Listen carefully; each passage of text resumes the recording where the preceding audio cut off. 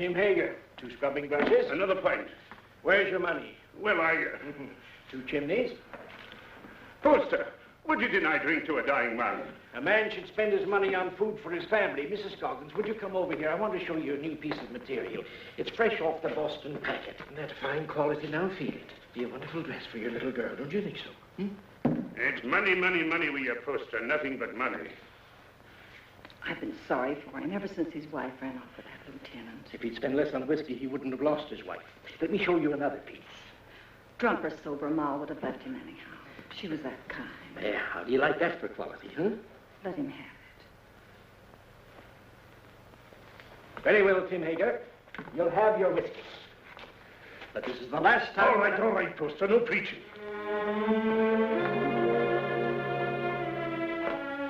It's his little girl I feel sorry for.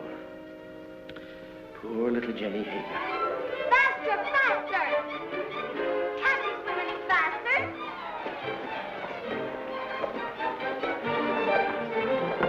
You're not even trying. Faster, faster, faster! Faster, faster! Come on, faster!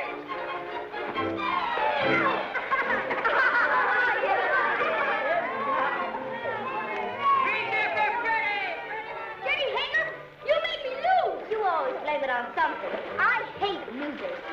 Come on, Ephraim. Get ready and I'll race you. But Jenny, I can't swim. You'll never learn till you get out in deep water. But I'm cold.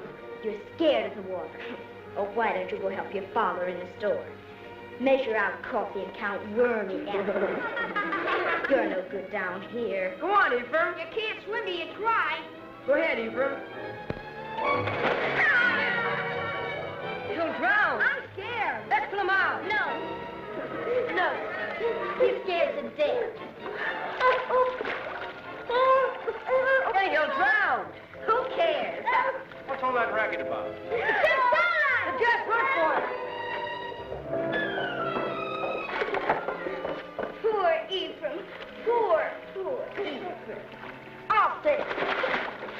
Come on, look. Hey, what's going on here? Good gracious. It's Ephraim Poster. What's he doing in the river? He can't swim, can he? Oh, what happened, Jenny? Those awful boys pushed him in. Poor Ephraim, poor. Nearly murder, that's what it is. If it hadn't been for you, Jenny, he'd have drowned. You all right, Ephraim? The boys didn't do it.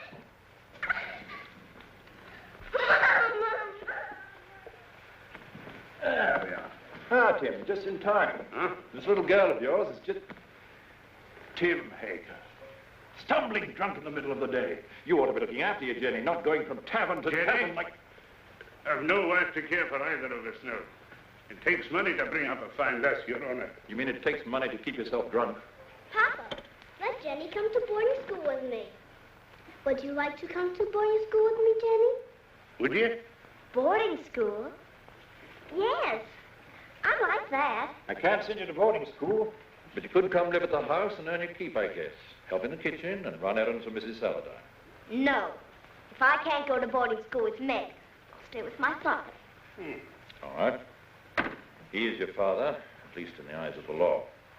Now, you look after that girl of yours, Tim Hager, and stop being a disgrace to Bangor. Thank you, Your Honor.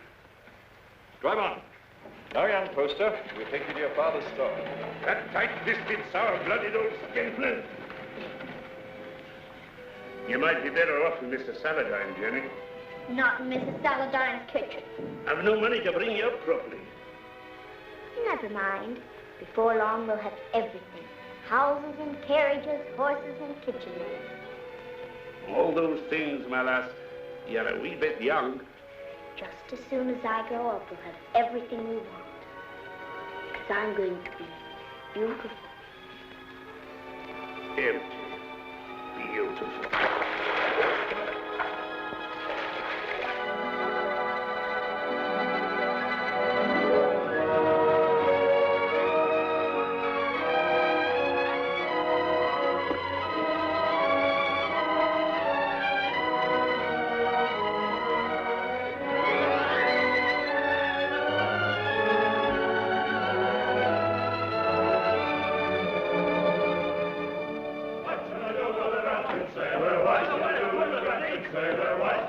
with a drunken sailor early in the morning. High, high, up she rises, oh, high, up she rises, high, high, up she rises. Lena! Lena! How do I look? Nice, nice. Enough ribbon? Not for me, but the real ladies have different ideas. Oh, get some more color in your cheeks. And bite your lips whenever no one's looking. Men love red lips. Let's go down and meet the packet. Why should I? The sailors will all come up here anyway. Oh, but the best ones get picked off down at the dock. Listen, honey, with your looks, you don't have to worry. Why, you can get the youngest and the best-looking man on the river. I don't want the youngest. I want the richest. Jenny, that's a recipe for trouble. Don't worry about me. I can handle trouble. I know you can.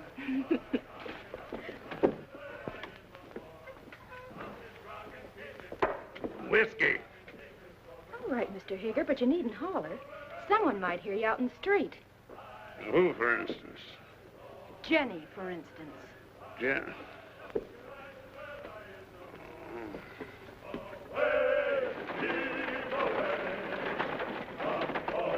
Put some life into those men. Come on.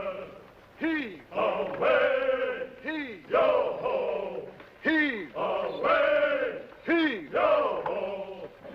Well, Jenny, come down to see the cargo? It's exciting. We get used to it after a time. I suppose I import more stuff than any other man in the state of Maine. How many vessels do you think I own, counting the lumber barges? 56. Who told you? Somebody?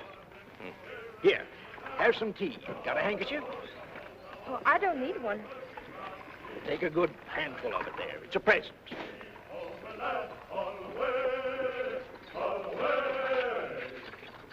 The work was hard and the voyage was long. The seas were high and the gales were strong. So heave ho, my lad, from Holloway to Devon. The sails are working done. Yo ho!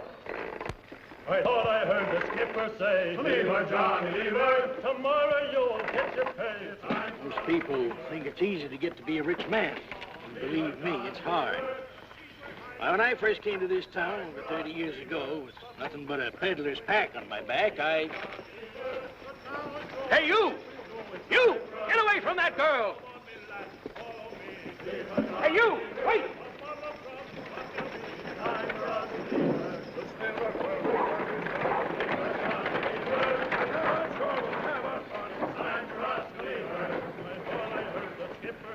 Leave her, Johnny, leave her.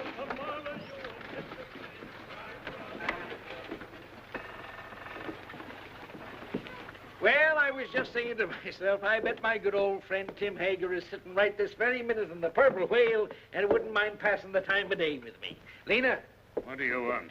a glass of whiskey for Mr. Hager. Sure. Go on, Tim, drink up. The next one's on me. You'll not tell Jenny? No, of course not. I promised her not to touch it. You're Jenny. You know, she's getting so she wants to boss everything and everybody. She's grown too beautiful for her own good. Why do you always wish to be talking about Jenny? Oh. I don't think I like why you always want to be talking about Jenny. Oh, now wait, Tim. Give him a rum and whiskey. We're not bringing him a Jenny. I know what you're up to. I? Oh, why, I'm just a dried-up old herring. She's too young and beautiful. So's your lad. And you sent him to Cambridge to keep him away from her. Ephraim? Why, he's too shy and scared of her. She's full of spirit. She's for somebody like that first mate. What first mate? Why, What first mate? why, Lewis. Why, first aboard the Gadfly. He's as handsome as the old Nick, that boy. When I saw him and your Jenny walking away just now, I said to myself, there's a youngster who knows his way about with the women. Where you going? Home.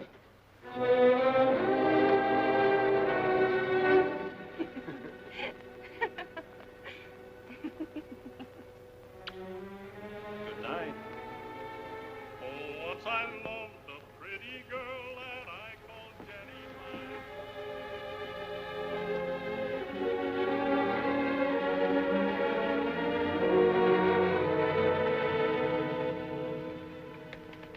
You're like your mother.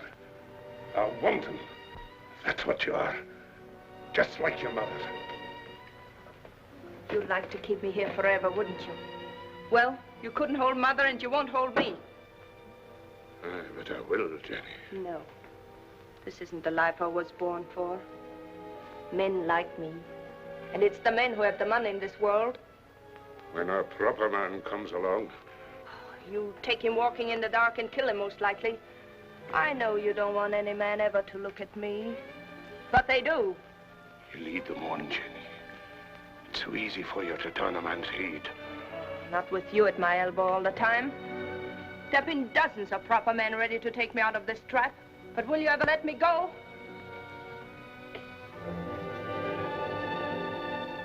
I know Mr. Poster wants me. I made him want me. What do you think of that? There's a devil in you, Jenny Hager. A devil straight from the bad place. And I'm going to whip him out of you. You're going to beat me. This is one beating you're not like.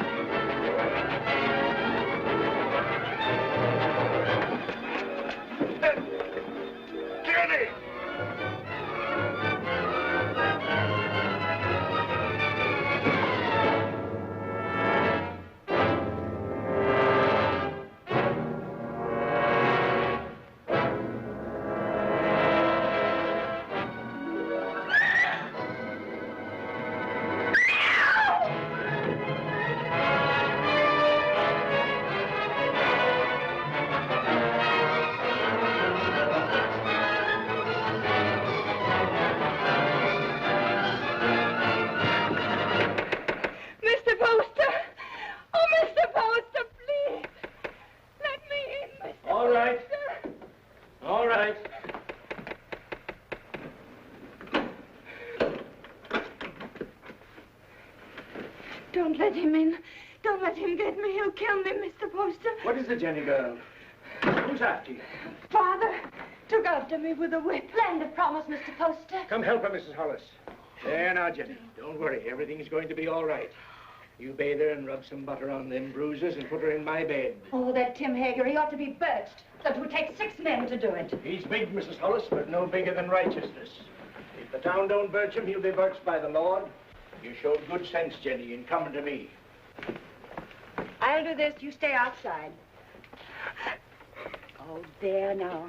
If you keep on crying, your face will be all swole up tomorrow. And that's no way for a pretty face to be. He held me with one hand so that I couldn't move. And then he beat me until I thought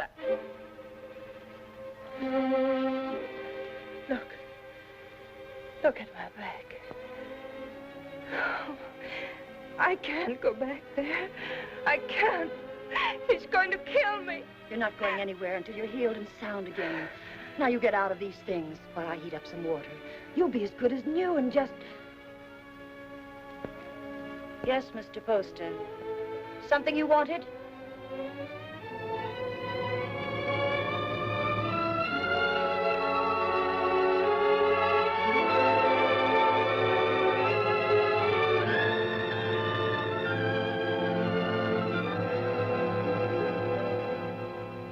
Drove her out into the night like a dog that wouldn't obey. Reverend, it's the rum that does it. We ought to scourge every tavern keeper out of town and into the river. If I had my way... We ought to be deciding about the girl, Deacon Adams. There's been enough scourging for one night. One thing is decided. The girl mustn't go back to her father. No. Someone must take her in. I would, only my daughter Mary doesn't like the poor girl. Then she's not for your house, Reverend. Make a bad situation worse. I guess we could use her to clean and maybe help in the kitchen. But a young girl eats like a man. It's more than victuals, Deacon Adams. Your wife has all the understanding in her heart that a man could ask. But Jenny's of marriageable age. Yes, that's bad. And yet we can't turn her loose on the town's charity. She needs a home. Well, yours is fairly empty. Oh, no. Leave me out of it. It wouldn't be suitable for me to take her into my house. And I have no wife. You have a housekeeper, a very respectable woman. But she might leave me, and I'm not able to get another. We'd have a scandal in the town. Aye. No, marriage is the only answer. And the answer to that is a younger man. What about your son Ephraim? They used to be so much together. Oh, he's a schoolboy, frittering away his time at college. She needs a responsible man. Well, there must be someone. A pretty girl always has a lot of friends. What good are friends? Most of them no older than her. It's our duty to find her a good home, an honorable name, regardless of the man's age. And it should be somebody with money. And by that description, Mr. Poster, you've named yourself. Oh, no. She turned first of all to you, Isaiah. Besides, I know you're not a man to thrust a suffering lamb back into the wilderness. Maybe she won't have me. She'll marry you, Isaiah. She's a sensible girl. And in the meantime... Mary! Mary. Bring me one of your dresses. Anything, only not too expensive. I'd be good to you, Jenny, if you married me. Like a father. A good father. And he ought to know how with a son your age. You can go back to sleep now, Mrs. Hollis. You've done all you can for tonight. I'll make up Mr. Ephraim's bed for you, Mr. Poster. It ain't as warm there, but you'll be comfortable. Your father couldn't come after you, Jenny, if you married Mr. Poster. You'd be free. An intelligent girl thinks of the future when she chooses a husband. I could marry you to each other right now, Jenny. And you'd be a rich woman. It's for you to decide.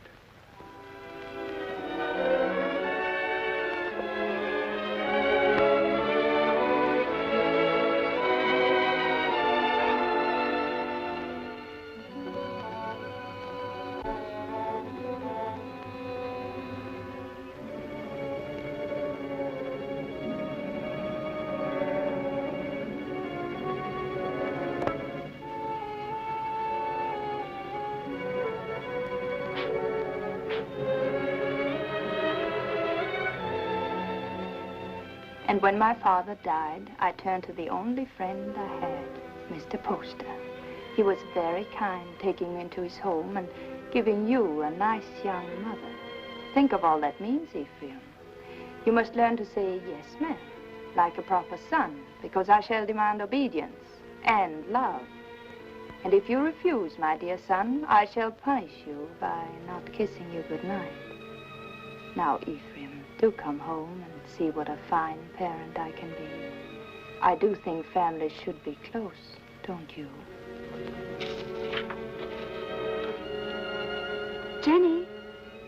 Why, Meg Saladine, come in. Oh, if you're busy, Jenny, I can... No, don't go away.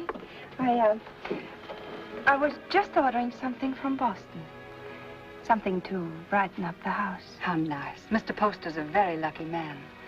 This has been a very lonely house for him. Oh, I'm going to make a lot of changes. Meg. Yes? Will you help me? Of course, Jenny, of course. The water glass always here. And the wine glass here. And, oh, Jenny, you'll have to get rings for the napkins. Now, the biggest plate here. Money changes everything. All I ever needed before was a knife and a spoon. But you want to be a lady. Give dinner parties and entertain your husband's friends. I'm sure Cleopatra never bothered about napkin rings. She didn't live in Bangor. Oh, that wouldn't have stopped her. It wasn't by knowing how to set a table that Cleopatra got along. Oh, Jenny. Every time I say something true about men and women, you say Jenny. Why does a proper lady have to be embarrassed about plain talk? It isn't honest, and it makes old maids. Doesn't anyone here care about church? Judge Saladine and Mr. Poster are waiting outside, and I am in the ladies' choir. Didn't apply to me, that remark about old maids. I've already met my very special gentleman. He's not anyone in Bangor. His name's John Everett. He's Wood's boss for her husband. He's a very educated man. Is he young? A little older than I am. Good looking? He's beautiful.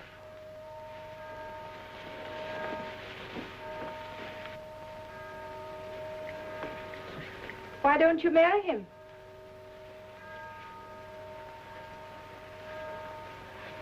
He won't. He has no money.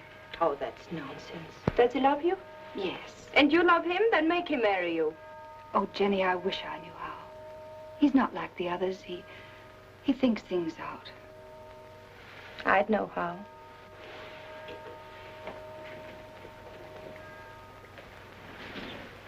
I wouldn't give him a chance to think. Fear, oh, fear beside.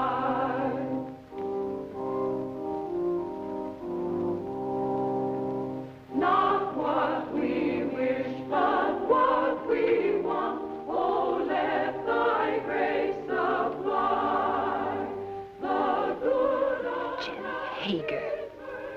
Jenny Poster.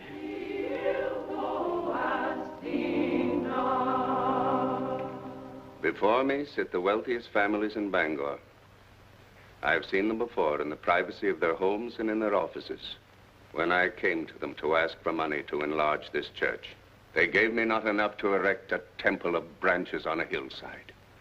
And so again today, in the house of God, as they sit here with their consciences, I ask them now to pledge funds to enlarge this church.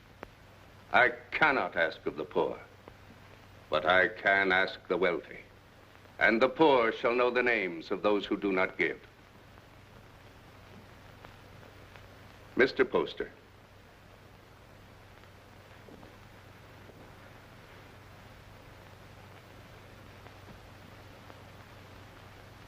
Judge Saladine.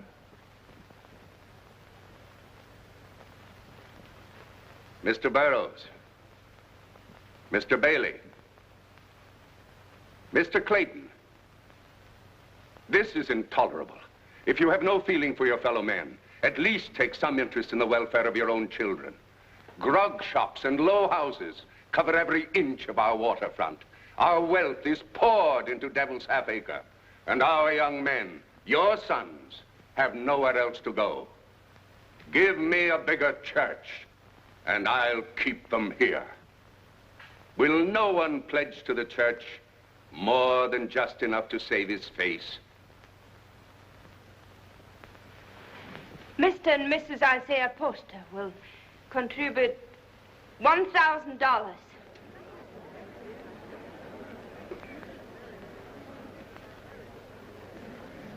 If the men of Bangor won't give to the church, the women will. Mr. and Mrs. Partridge pledge $500.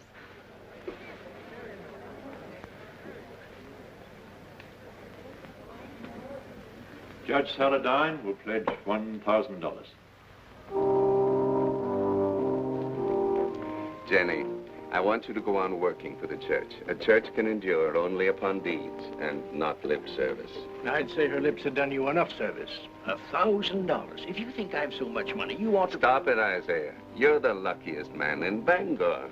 Oh, Mrs. Poster, I'm so glad to see the younger members taking an interest in the church, and I must apologize for not calling on you directly after you were married. That was a wonderful contribution, Jenny. He's a wonderful husband to let me make it. Good morning. Good day, Reverend. Good day, Reverend. Good morning. Good morning. Good morning. It ain't the money I mind, but I'd like to know what you're doing with it before you do it. I gave the money because I hate grog shops and what they do to people.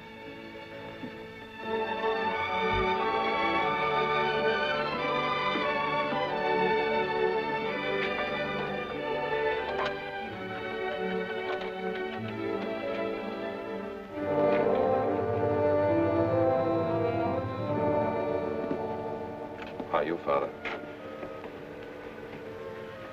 Hello, Mother. My name's still Jenny.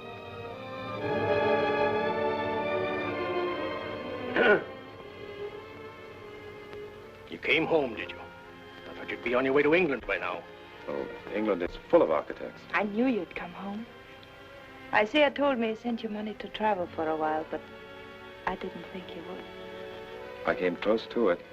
I didn't know whether to mind your letter or mind his and go away. It's easy to see which one you thought more of.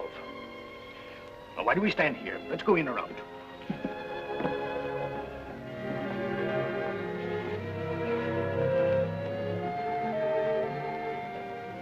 And let me do the writing to my son. Mr. Ephraim. My Mr. Ephraim. Why, you've grown as much as you ever will, haven't you? Oh, I'm stunted. They don't know how to bake an apple pie in Cambridge. You'll have one every day if only you'll stay here. He'll stay.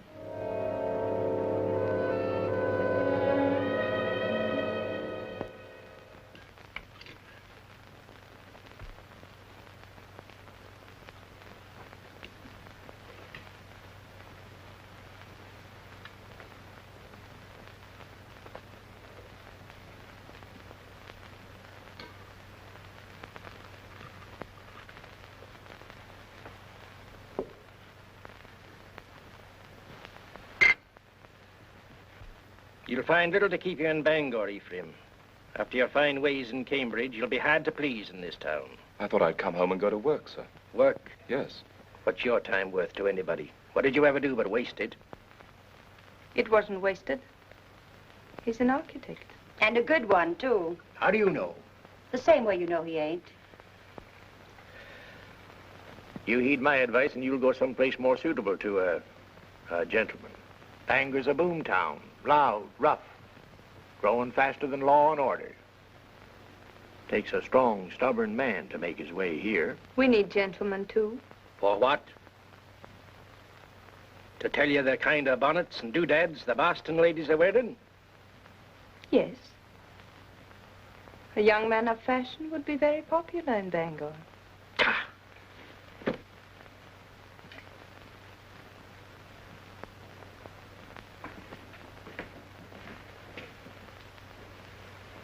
I'll join you later. Well? Yes, Father. But you said yourself that Bangor was a boom town. Fortunes are made every day. Rich people will want fine houses. No fool in this town would waste his money on you. You heed what I said in my letter. Travel a bit. What makes you so angry with me? All I did was to come home. I get angry at you because of your ways. You think I don't know how you've been spending my money. Hard drink and easy women. I know your kind. Isaiah, you shouldn't upset your father. I'm sorry. All right, Father, I'll go away. If you really want me to. I don't think he does. You want your son to live at home, don't you, Isaiah?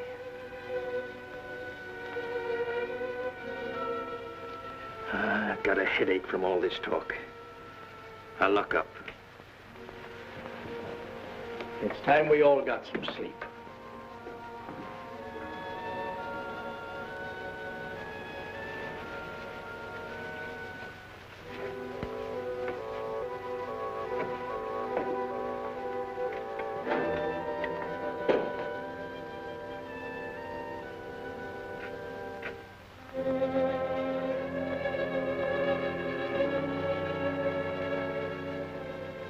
Shall I light your way? Thank you.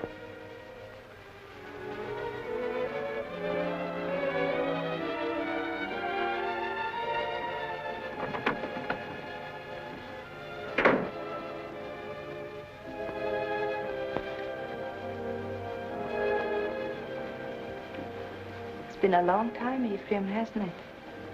A long time, a lot of changes. Did you really like that kind of woman?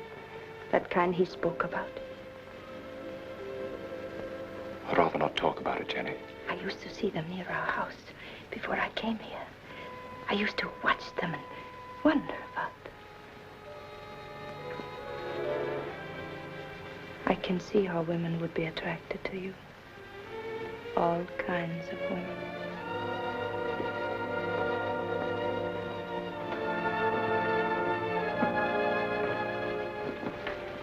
Good night, Ephraim.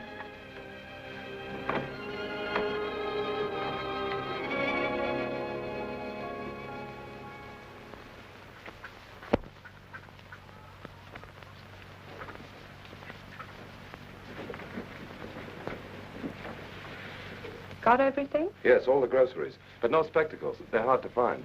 I'll tell Dr. Mason to bring you a pair when he comes by tomorrow. All right? Oh, please, not Dr. Mason. He's a very good doctor, but he won't wait for his money. You're not to worry about money. Your husband worked for mine for a long time, and if Mr. Poster wants to send you a doctor and a pair of spectacles, it's his privilege. Mr. Poster?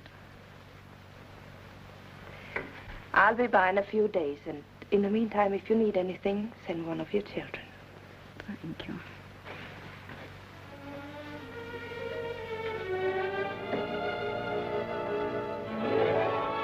That's the way to hold your place in the town, Ephraim. And the people love you for it, Jenny. And I do want my husband and my son to be proud of me. Well, I wanted to see how you spend your days. Thanks for showing me. You've grown, Jenny. My father's wife's a great lady. I think behind Mrs. Isaiah Poster, you'll still find Jenny Hager. You remember Jenny Hager? Oh, that little ruffian? Well, she pushed me in the river right here. That isn't true. The others pushed you in. I pulled you out. Oh, that's right, you did. Of course I did. Didn't we always stick together? Ephraim and Jenny, side by side against the world. Oh, we had good times here, didn't we? Better than we knew. Shall I tell you something? I always think of this as our place, yours and mine. This is where we first thought we were in love. Yes. Silly, wasn't it? This is why you came to tell me your father was going to send you off to college. Yeah. And I said it was because of me. And I said he'd never separate us by sending me away. Oh, Jenny, the things I said. Of course, if you'd been home the night I came to your house, I would have been married to you now. Let's go out.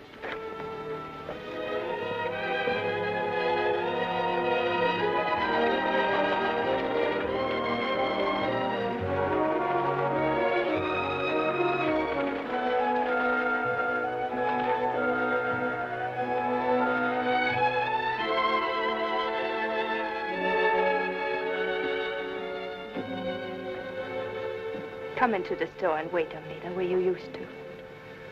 Another time, Jenny. I want to go up and talk to Father.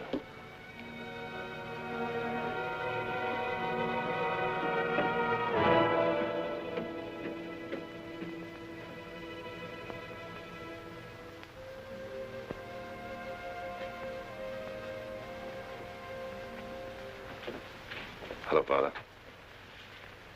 Be with you.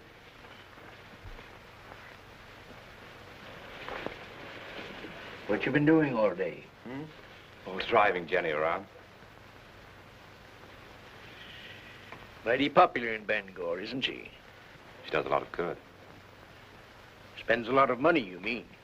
If you really minded, you could put a stop to it. You're very happy with her, aren't you? Yes. Father, I'm going to take your advice. Bangor's no place for me.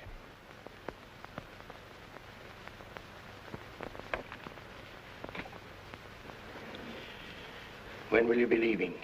Right away, before the river freezes. I thought I'd spend the winter in Boston and then go off to Europe in the spring. I think your father needs you here, Ephraim. Why, Jenny, you feet like a bird. I didn't hear a sound. You want him to stay, don't you, Isaiah? Why don't you tell him you want him to stay? Can't you be honest with your own son? I'm honest with everybody.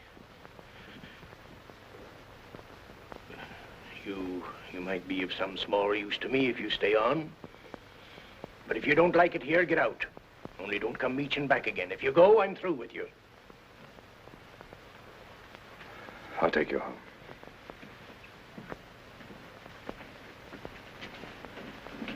Don't work too hard, Isaiah.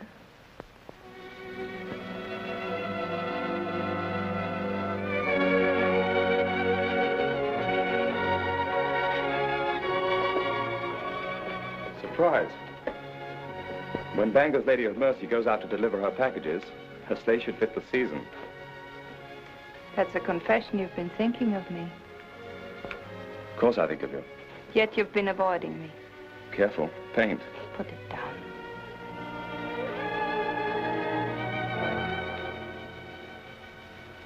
You leave the house early and you come home late. You never walk into a room where I am unless someone else is there. Why? Jenny, we shouldn't be standing out here like this. We might just as well be out on Main Street. Anyone could pass by. They wouldn't think anything wrong of it. You wouldn't. If you weren't thinking of me as you do. Jenny, you're married to my father. And his son loves me. He's been so good to both of us. His son has always loved me. I should have gone away. But you couldn't. Because you love me. Yes, yes, I've loved you since before I knew the meaning of the word. The day I came home, the time you kissed me. The moment I said I'd stay here, I've loved you and loved you and loved you. Jenny! Jenny!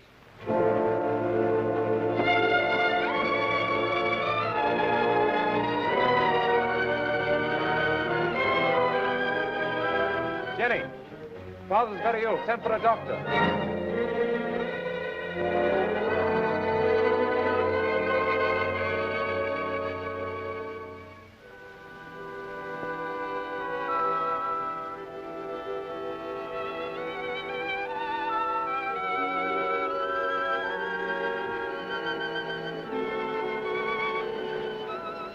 Jenny. Yes, Isaiah, I'm here.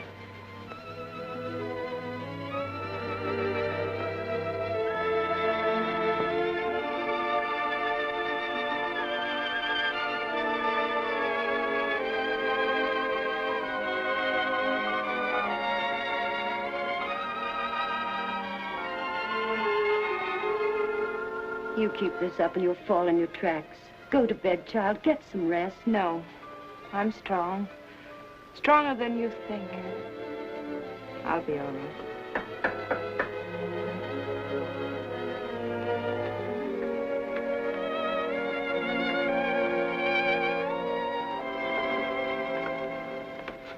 How is he?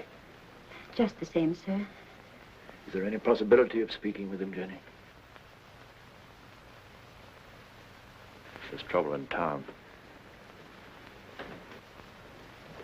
Dr. Mason says warm weather might bring him around. But that's a long way off. We're at our wits' end. There are too many people in town, too much idleness. Did you hear the shooting last night?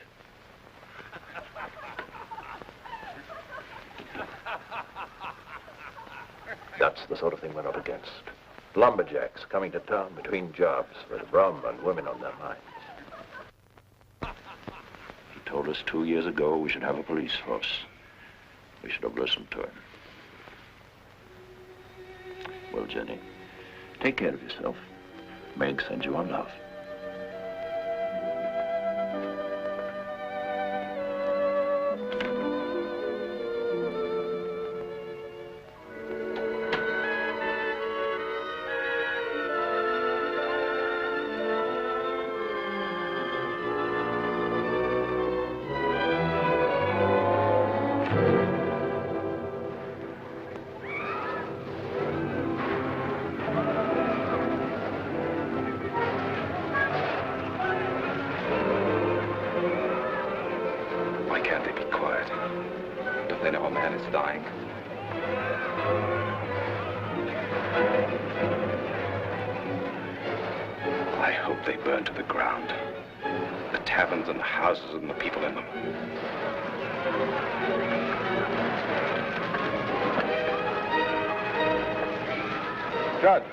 Judge Saladine.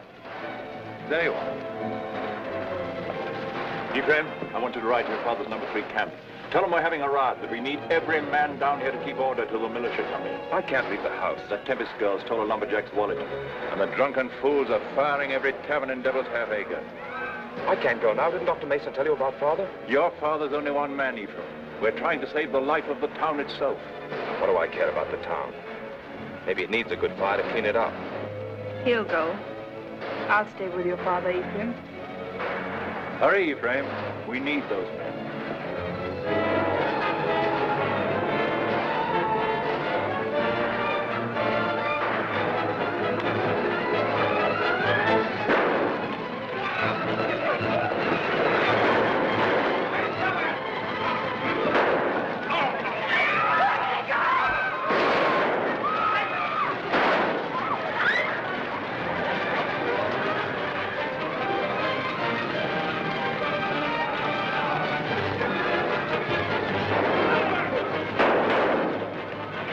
Help! Help! Jenny!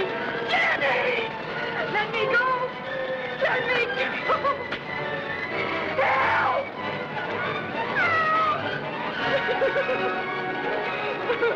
Smoked you out, didn't he? Where's my money? I didn't take it. I didn't take it. Where's my money? Let's give her a band. That'll lose the tongue.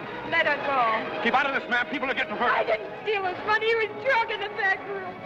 I only came in to take away the glasses. Anyone might have been there before me. It had to be mighty fast to get in a man's pockets before you. $100 a hole when there's work. I say dip her in the river. Come on, what'd you do with it? Oh, Jenny. Let her go. I'll give you the money. You're Mrs. Poster. Yes. It's nice to meet the gentry, ma'am. But I'm not so sure I'll be happy just to get my money back. We want to know what's going to happen to her. Since I'm giving you the money, it's my right to decide that. Why do we gibble and gabble about it? There's the girl, there's the river. Let's give her a bath. Wait. We'll be waiting for your store to open in the morning. If the money isn't there, we're coming up here and collect it.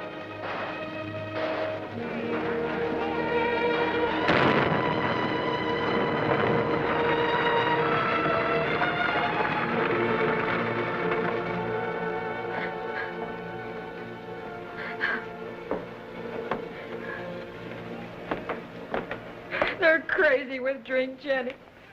Burning and shooting and stabbing. I didn't take that money. Why, the town's so full of thieves and pickpockets, it could have been anyone. They were going to tar and feather me. I hid upstairs under the rafters. They burned the place to the ground.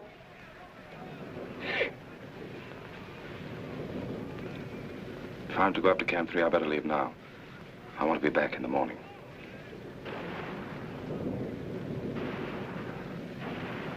Oh, Jenny, what am I going to do now?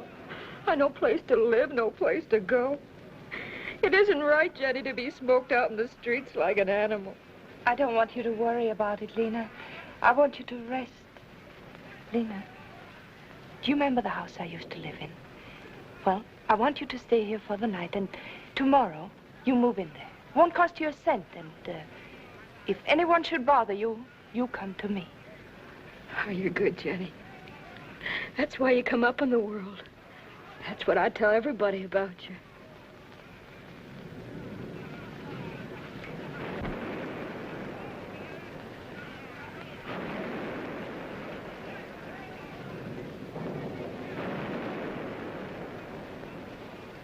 Jenny, you're wonderful.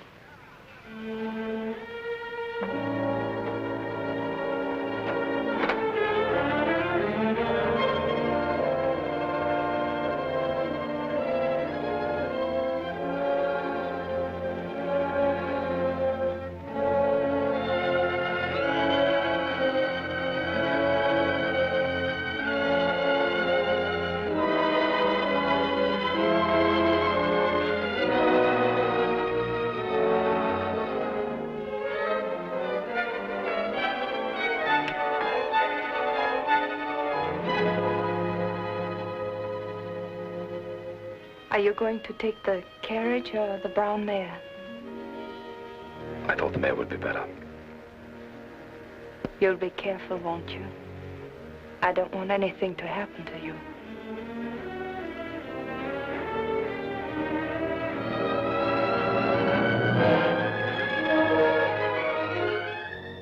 Mrs. Poster? Oh, Mrs. Poster?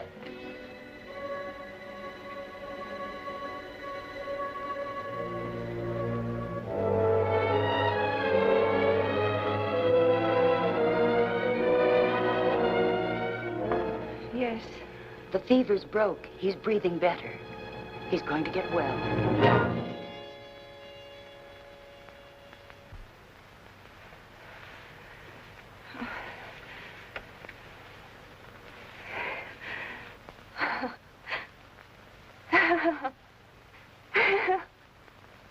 Jenny, my poor child. You've been so brave. But you mustn't break down now. You mustn't.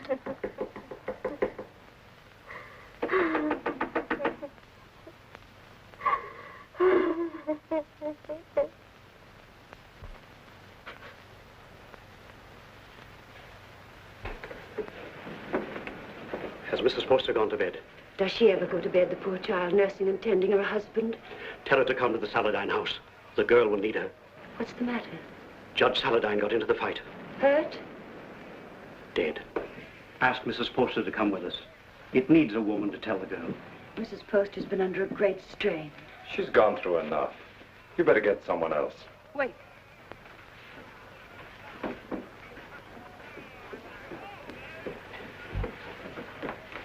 Pack my things and send them to the Saladine house.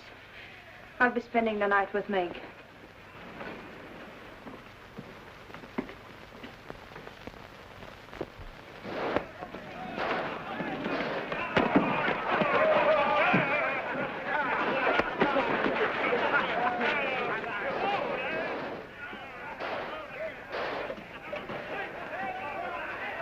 What's the matter? You squeamish?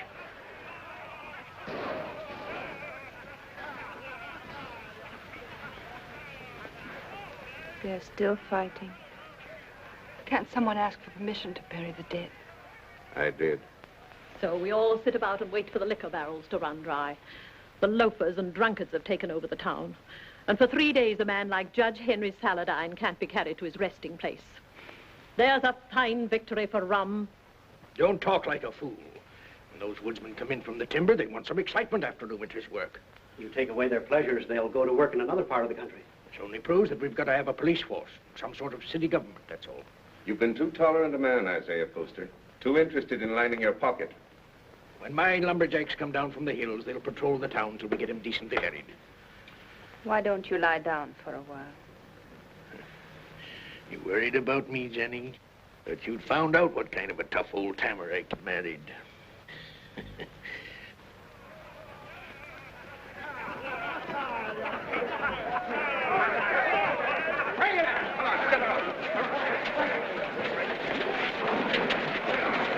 Well, we can start the funeral. What I said still goes. Get a little law and order in the town, and the grog shops can stay. It's good for business. Where are you going? Those are my boys. Going to give them orders.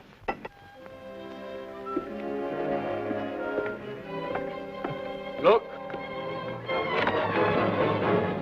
Oh, I say, are you hurt? You all right, Mr. Poster? Yes. Now, John, I want you to take some of your men ahead of the funeral procession, put some alongside and some at the rear. Keep it all as quiet as you can. The funeral should seem peaceful. Jenny, this is John Everett, my wife. You're Mrs. Poster? She sure is. How do you do? John. I thought I heard your voice. Meg, Darling, I'm glad you're here. it's terrible about your father. I hated your being alone when it happened. I pretended to myself that you were with me. It gave me strength. But if we don't have the funeral soon, I'm afraid I'm going to break down. Reverend, we can start now. I'll tell the others. There'll be no more trouble. Now John's here. Meg, you'll come to our house this evening. You'll be with us, won't you? Thank you.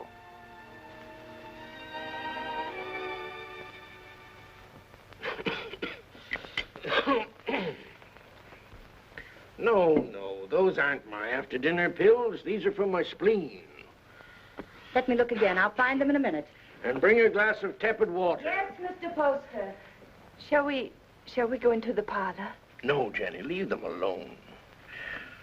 You know how young folks are. John has to go back to the camp in the morning. Go back? Yes, of course. Darling.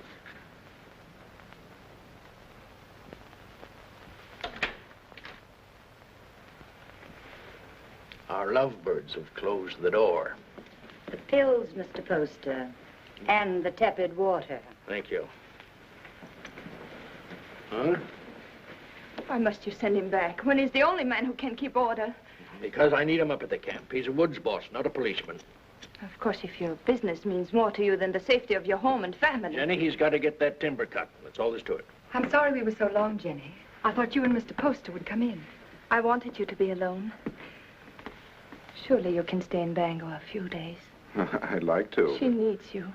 Well, I'm afraid I'll have to be away for a little while. She won't be alone. I'll take care of her. Till you come back. Well, thank you. That's very good of you. I don't want your father to trade these for whiskey. They're for you and your sisters. Mother said to say thank you and God bless you. I think you ought to go around to the kitchen and thank Mrs. Hollis. After all, she feeds the chickens. And there's room in the basket for a slice of pie. Would you like a ride in my carriage, Jacob? I can drop you off on the way home. As soon as I get the pie.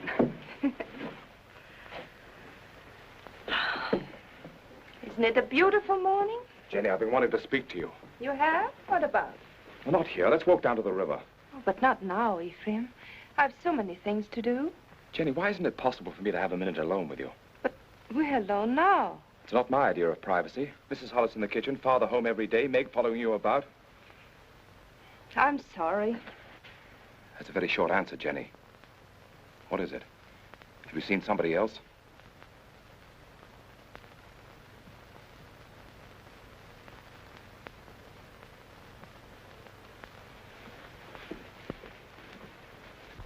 They stole nearly 10,000 feet of first-run pine. Where? Upper Big Bend. And there's not a trace of who did it. Mr. Poster, unless you get the law to step in, there won't be a choice tree left in that whole section. Law. I own that land, and I'll make my own laws. I've got to make a trip up to the hill countries. Timber pirates. I want you to come with me. Me? It's time you saw what pine on the stump looks like. It's my business, and you ought to learn it. Come along, I'll get you something to eat. Thank you, sir.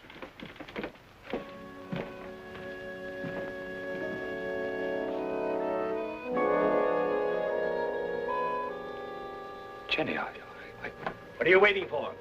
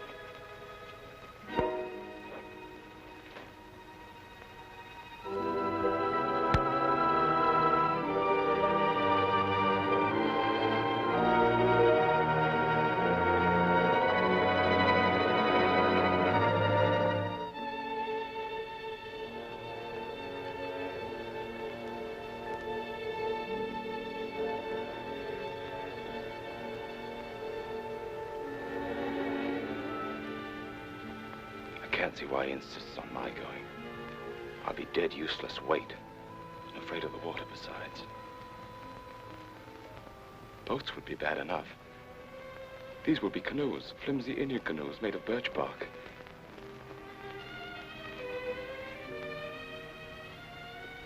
Jenny, I can't admit to him that I'm frightened. Tell him not to take me along or not to go at all. I told him I wasn't cut out for that sort of life, that I'd be more of a burden than a help. But he's so stubborn, Jenny. How long must he live, Ephraim?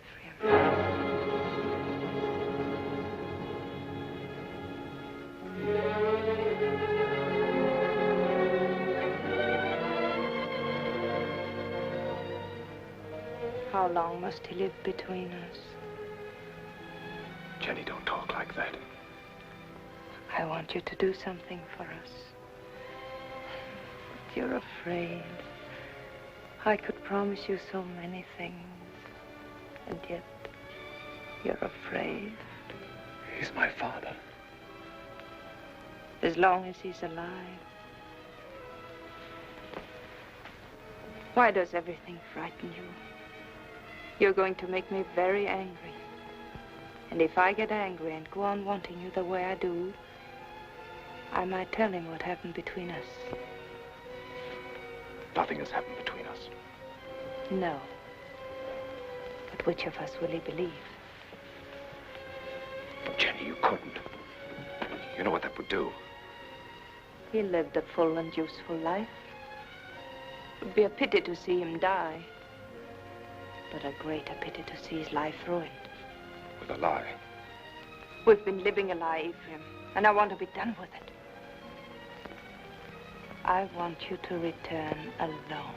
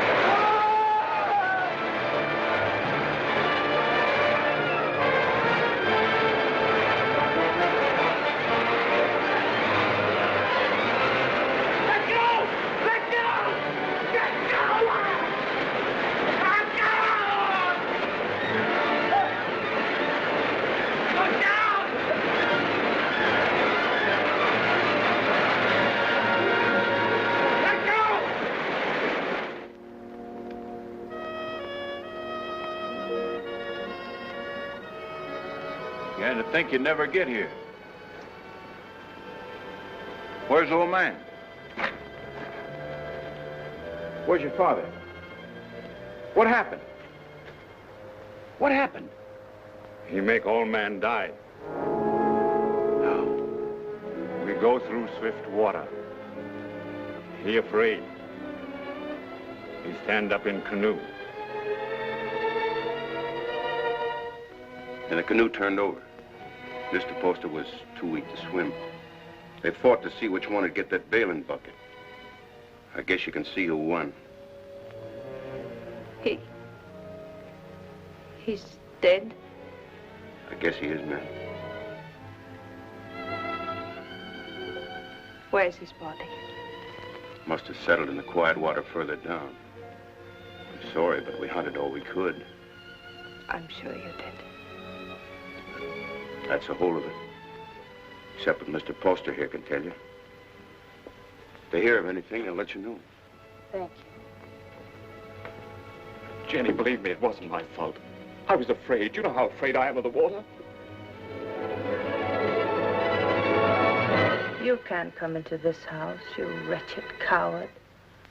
You killed your father.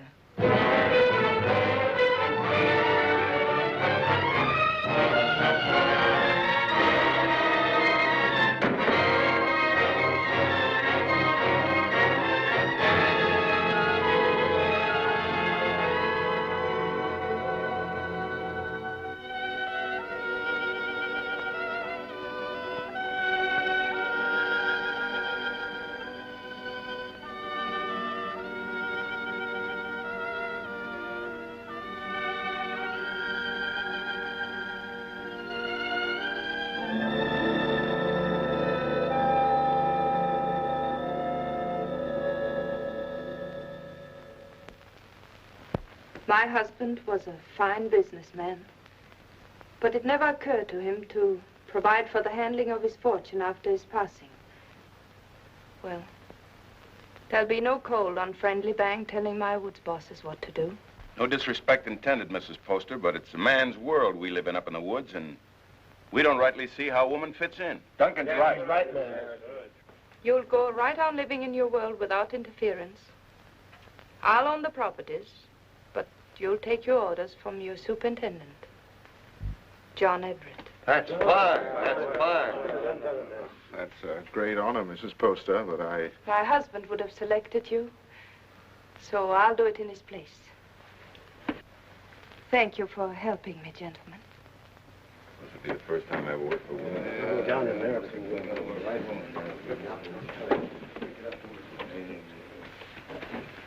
Until this meeting, I thought I was very much alone in this world. Mr. Poster was a fine man. It'll be an honor working for his lady. We won't give you any trouble, Mrs. Poster. Good day, ma'am.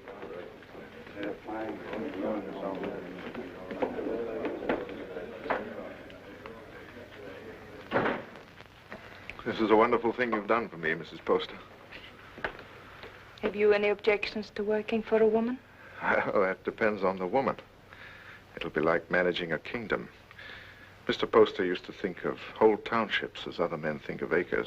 It really is a kingdom he built up. It's too bad. Too bad there's no heir to take the throne. Yes. Poor Ephraim. I never gave him a chance to explain. I accused him without proof. What more could you need? They saw him do it. I didn't. And I know he loved his father. You've got to stop brooding over it, Mrs. Poster. You'll only harm yourself, and it won't help Ephraim. I saw him on the street last week.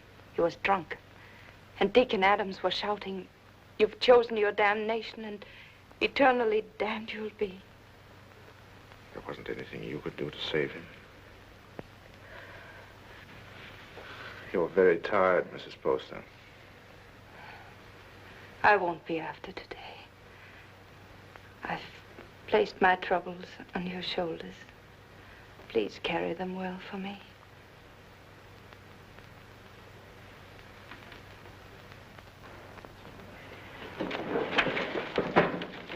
Meg, Jenny spent all morning getting them in order. Don't, Meg. You'll only mix them up more. I was only trying to help. Oh, I'm sorry. I didn't mean to shout.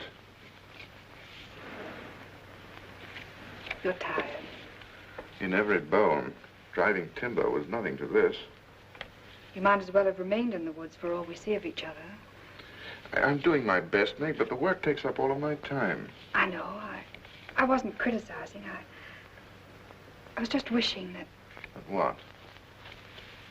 John, Yes? I'm lonesome. John? I'll see you tonight. For dinner? That's a promise. Meg, I haven't seen you for days. Food for a hard-working man. Ah, that's nice. And a cup of tea for both of us. You'll have some, Meg, won't you? There isn't enough for the three. I'll give up mine. The accounts receivable are all mixed up. I had them in order, but then the wind came in. Oh, later. You haven't eaten since morning. Meg, your man doesn't take care of himself. You better do it for him, or there won't be anything left of him to marry. John, there's a rumor that a company's being formed to build steamboats. Is that going to affect us? Not while water freezes, because then steam's no better than sails. But steam trains, Jenny. Just think. There'll be one to Old Town, and one maybe to Holton, and definitely one coming this way from Augusta. And we can load our wood right on our own trains and get into market weeks before the ice breaks. We'll outsmart everyone in the business. There'll be no stopping us once we get started.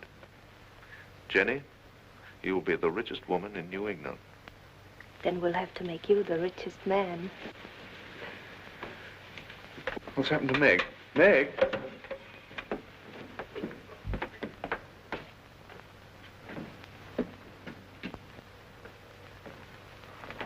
I ought to be kicked all the way up and down Main Street for the way I treat her.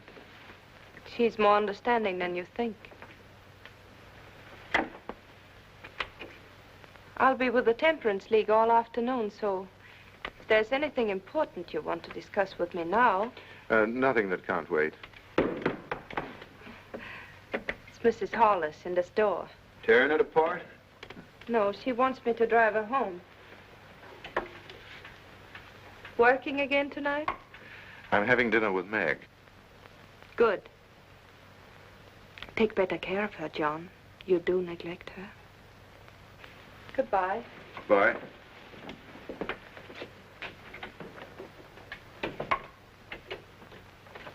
Camp 3.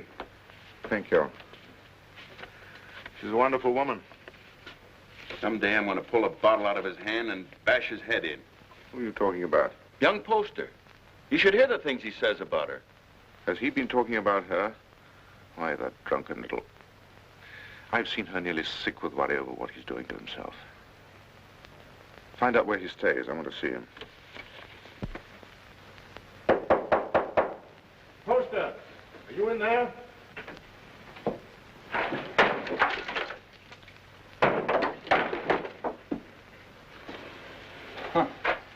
I must be making trouble. Much more than you're worth. I'm worth very little.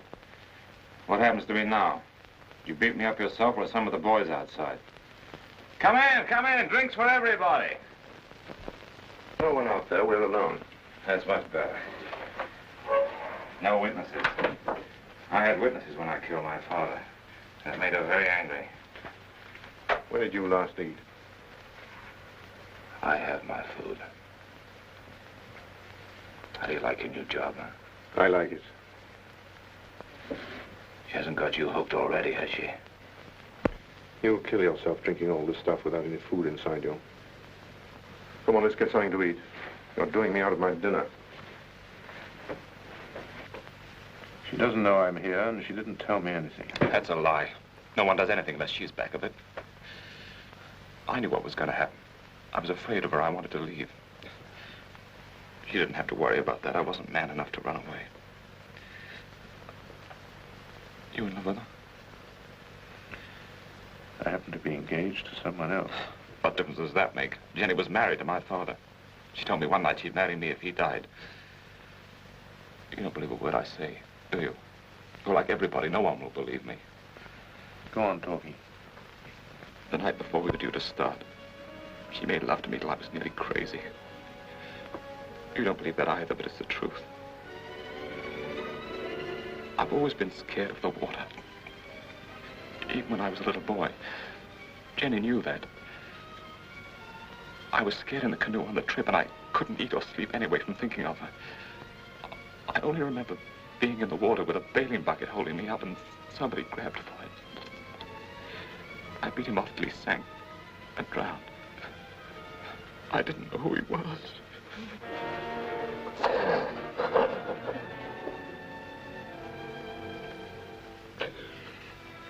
She's so rotten. You've got to believe me. She's not even a human being. Maybe I did know who he was. I guess I did. She'd put the thought in my heart. And if I hadn't done it then, I know I would have later.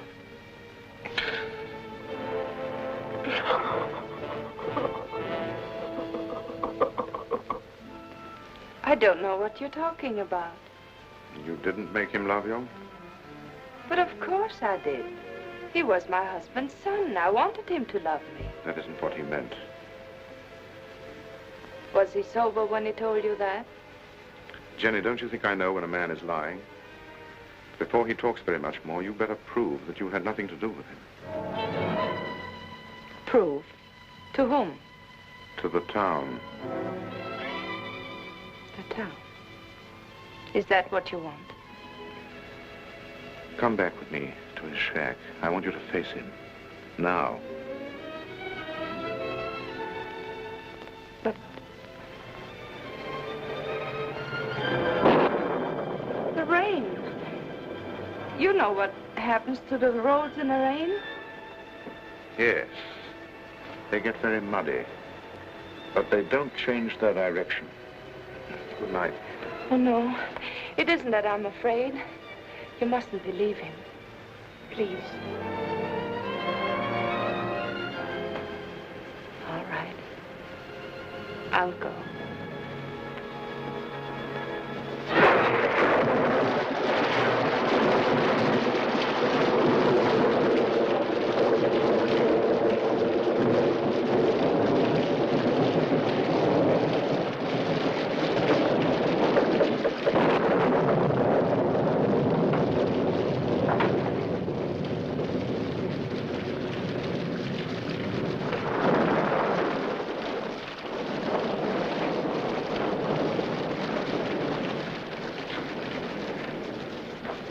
can't have gone far in this rain.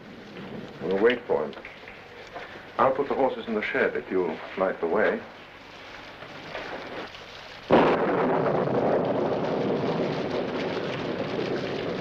See if the shelter's clear.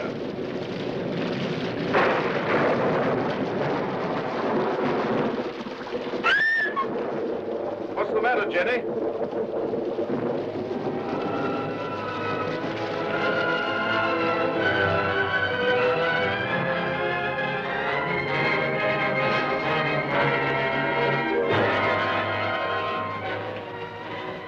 Don't look, Jenny. I did that.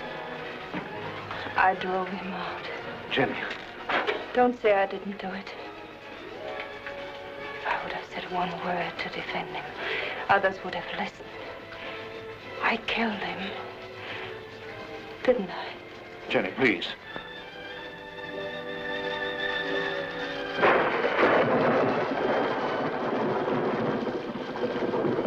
Go inside and sit down. You're shaking.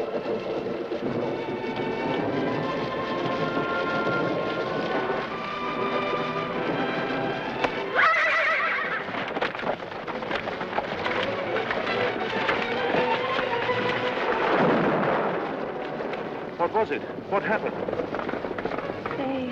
They were frightened.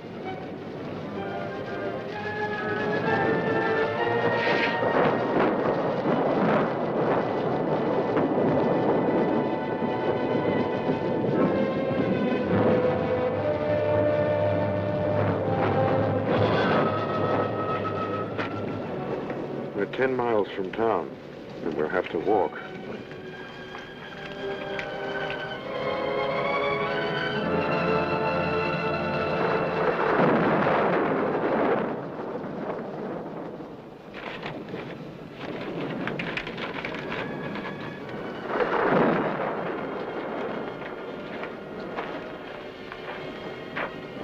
I can't understand how Ephraim could have done a thing like that.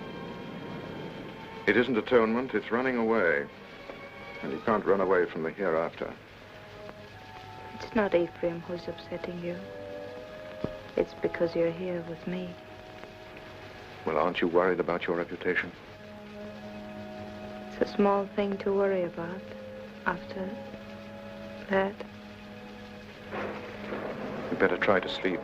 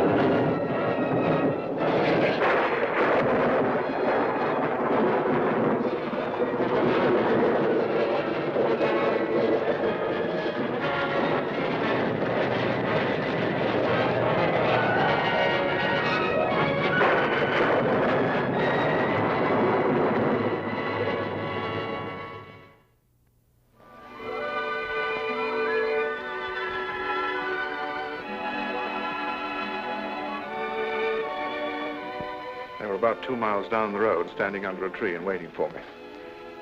And the carriage? Just a broken axle. I can fix it in an hour.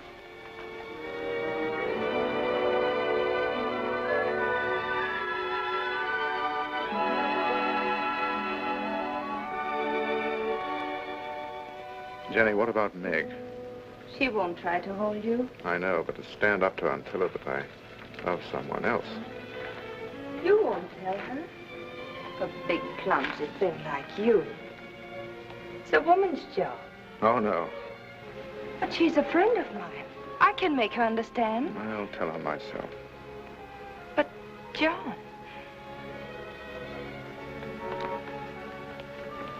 I'll tell her myself, Jenny.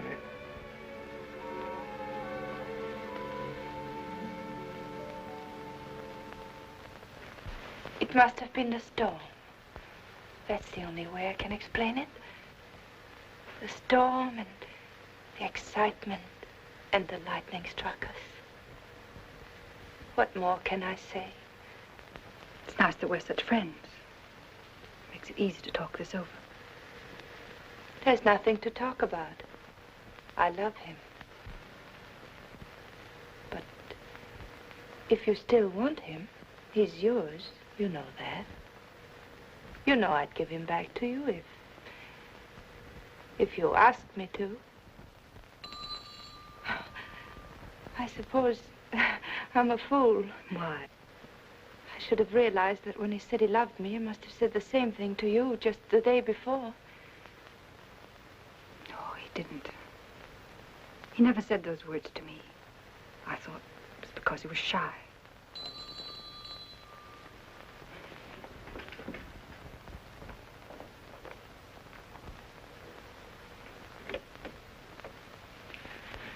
Hello, Meg. Come in. I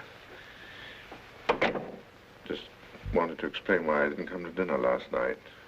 Right after you left the office, Alex Duncan came in.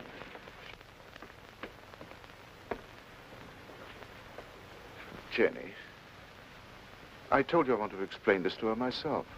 I didn't think you should. I'll be waiting for you outside.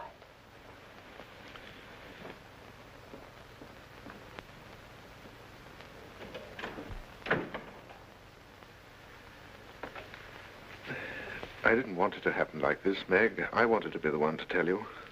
I don't see what difference it would make. It's the same story, isn't it? I suppose so. When will you be married? Right away? In Bangor? I don't know. Jenny will take care of the details. I saw this happening a long time ago. There was nothing I could do about it. She's waiting for you.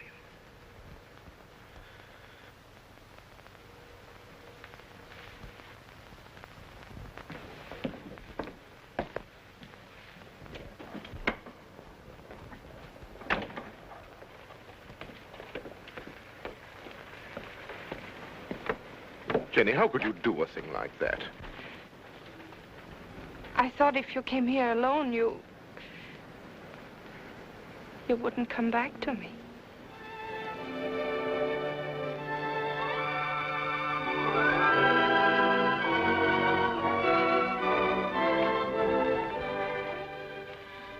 My dear son, I wanted to be with you this Christmas, to see you again, and to meet your wife.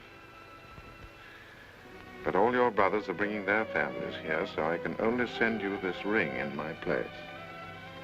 It was given to me by your grandmother to be passed on to the wife of my eldest son, and I know Jenny will care enough about it to do the same. Will you? What if we only have daughters? We'll have sons. I have made up my mind. What else does your mother say? Well, she talks about my brothers and how deep the snow is, and then she says, "A Merry Christmas to you both, my dears. The Lord bless you, Jenny, and make you fruitful. My arms ache for John's first boy." Your mother must be a wonderful woman. I hope that someday you'll say I'm just like her. Well, that won't be easy. Mother had 9 sons. What a lot of boys running about the house. Must have been very uncomfortable for her. Oh, she loved it. She would have been... No reason why this should happen to you. No reason why it should happen to any woman. Quite often, nature seems to fumble, Mrs. Everett, and doesn't make a person complete. We can't even hope in a year or 2 or ever. Not in my opinion. Of course, you're free to consult with another doctor. I can give you the name of a very fine one in Boston, and I know of another in Philadelphia. I believe you. You mustn't decide, my dear, that the future's altogether dark and empty. You can adopt a child, you know. It should give some release to your normal womanly emotions. I want a child of my own. You won't talk to my husband, will you? I'll tell him myself when I think it's the right time. Of course. You see, he wants children. He's very fond of them.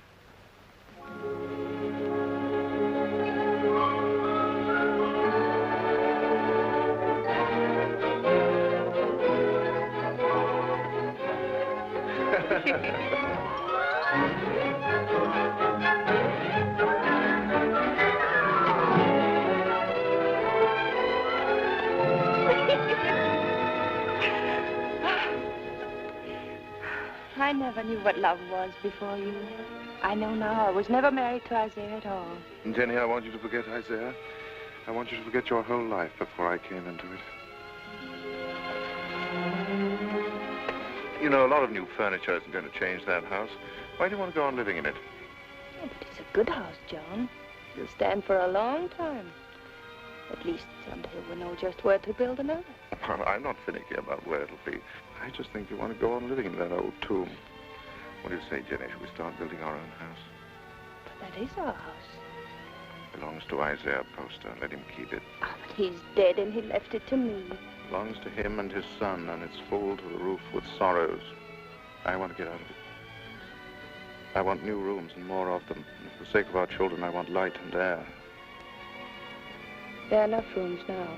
Which isn't the right house, Jenny. It's too close to Devil's Half Acre. It isn't the place to bring up children.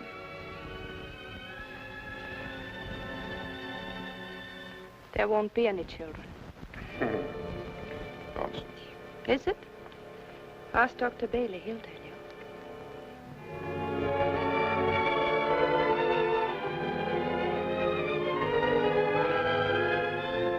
Seems there are some things we haven't talked about. When did you learn this? Some time ago. What exactly did Bailey say? I don't remember. Makes a lot of difference, doesn't it? How do you mean? Between us. Doesn't make any difference at all.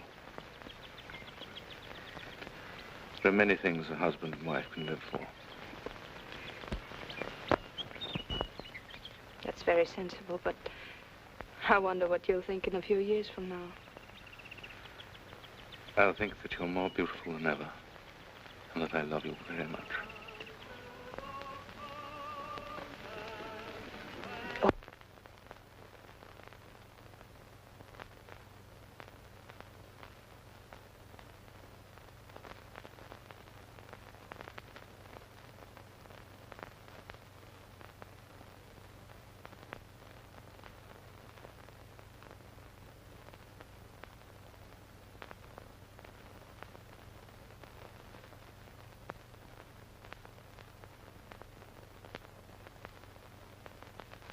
A tongue that will accuse you on the judgment day.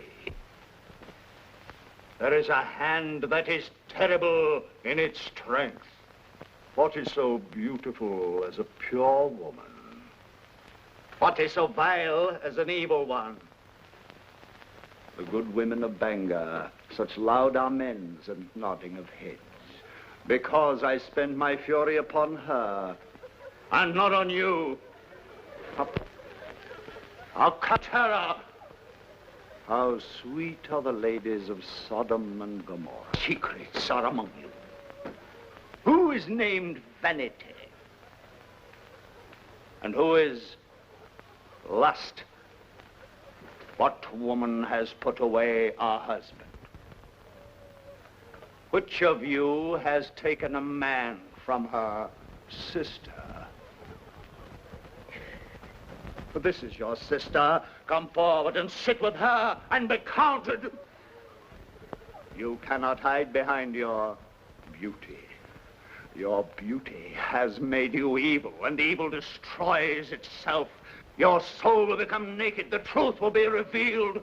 Confess now, while there is yet time. You can never escape. There will be no sons to mourn for you, no daughters to weep for you. Evil does not propagate itself. It withers in its own fire and is consumed. The lips of a strange woman drip honey, and her mouth is smoother than oil. But her end is bitter as wormwood, sharp as a two-edged sword.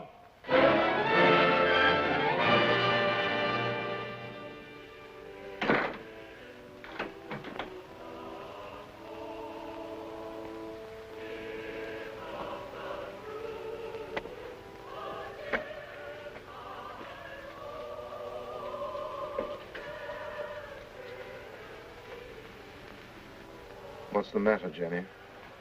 I want light. It's so dark. Why do you go to those meetings? It's not like ordinary church going. You come home exhausted and afraid. He was talking to me. Straight to me. I mean, what is it? The pit he talks about isn't down below, it's up here. I don't know why I listen to him. He tries to trap people. Tries to make them admit things that aren't true. He's not any better than the people he talks about. No, he's right. The town is becoming a sinkhole. That horrible man. To say to me what he did. He wasn't talking to you. He was talking to people like Lena. Jenny, I've come to a decision. We're going to put Lena out of your house. No. I don't care what she meant to you when you were a child. I'm talking about what she is now. I don't want you to be connected with her. Why not? In what way is she different from us? Except that she's more honest. She goes out of your house tomorrow. I don't want her sins on your hands. You good, righteous man. You hypocrite. Telling others what they must and must not do while you live in this house with me. Do you know what went on in this room before Ephraim killed his father? Jenny. Do you remember the things he said about me? You said he was drunk and afraid. Of course he was afraid. We're all afraid. There's hell opening under our feet. Jenny. This is where he sat. Sit down, John, and I'll show you how I made him kill his father. Sit down and I'll kiss you the way I kissed him. Why do you look at me like that? Why do you pretend everything he told you was true and you knew it? You knew it!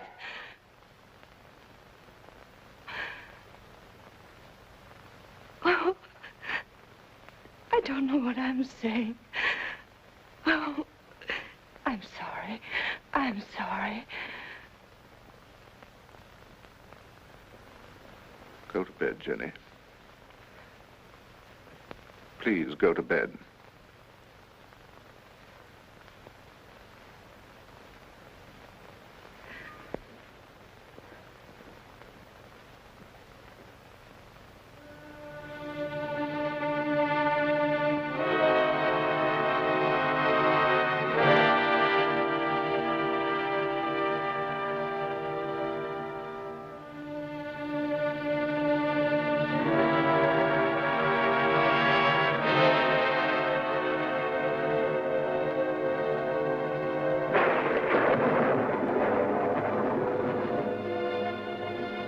John, is Mrs. Hollis back from church?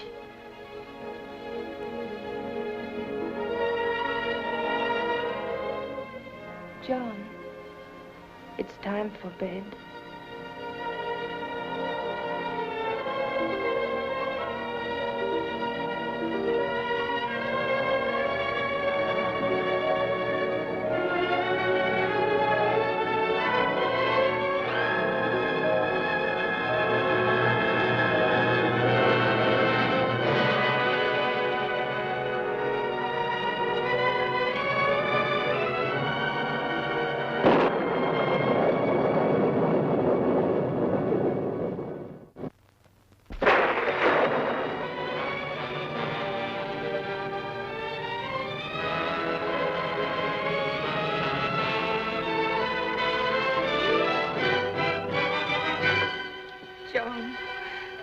forget what I said.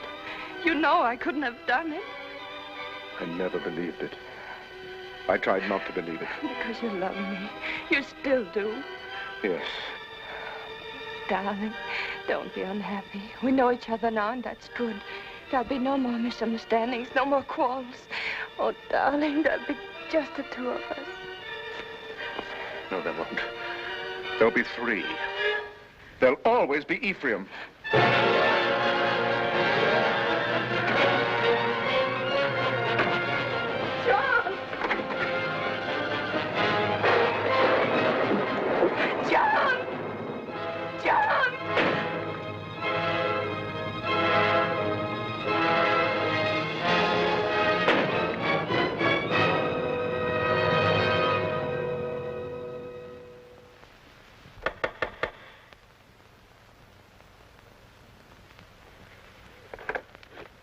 Oh, come in. Mary, I'm looking for Mr. Everett.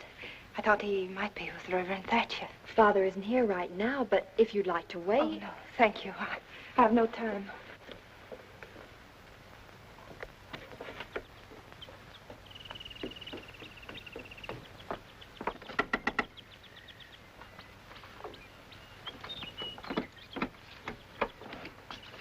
Good morning. Is Miss Saladin home? No, Mrs. Everett, she went out. Has Mr. Everett been here? Oh, no, I haven't seen him. Thank you.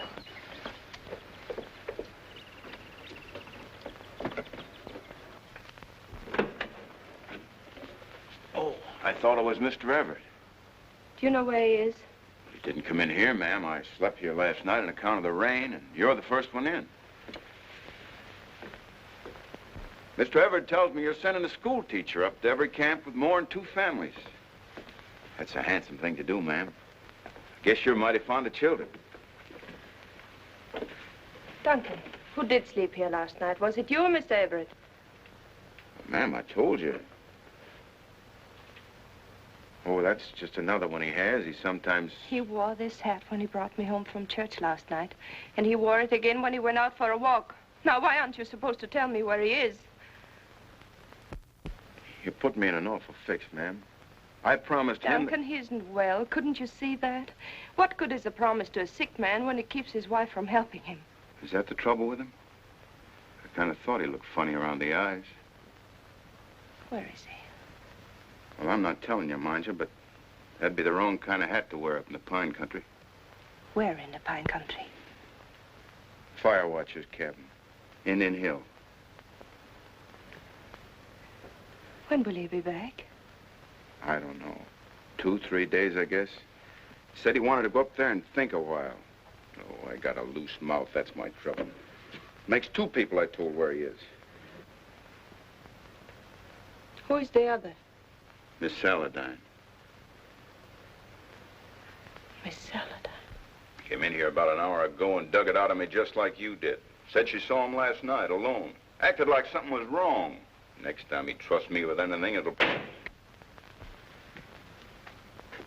It was very good of you to come up here, Meg. But there's really nothing you can do to help me. No one can help me but myself.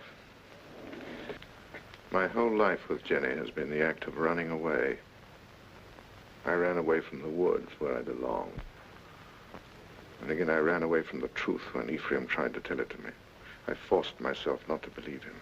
I understand. If you had, you never would have married Jenny. No.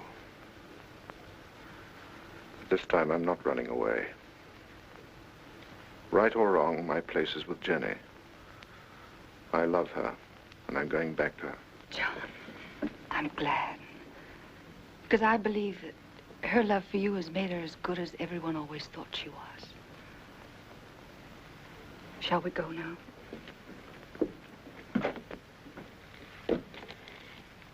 Jenny will be anxious.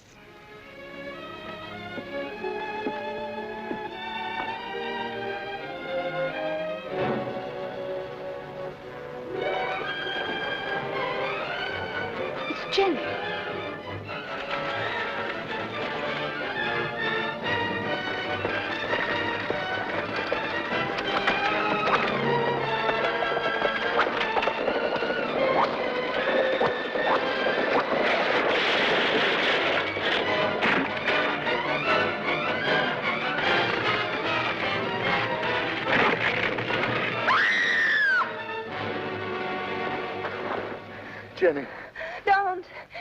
Don't move me. John. Don't talk now. Meg, hurry up and get a doctor. Camp 3. I saw you with Meg, and I know. I tried to hurt you. I wanted to hurt you. Don't, Jenny. Lie still. You don't know how I loved you so much. I'm afraid. Oh, John, where will they bury me? Jenny, don't talk about dying. Don't let them bury me with Poster. Or Ephraim, don't let them. Jenny, you're going to be all right. There'll be a doctor along and we'll take you home. I know. They'll bury me with Ephraim. They'll bury me in that house with Ephraim. Jenny, darling, listen to me. Nothing's going to happen to you. Not now or ever. As long as I'm with you. And I'll always be with you. I never went away. You do love me. I love you more than ever. I wanted so many things. I wanted the whole world. But it was really only you. Jenny. Jenny.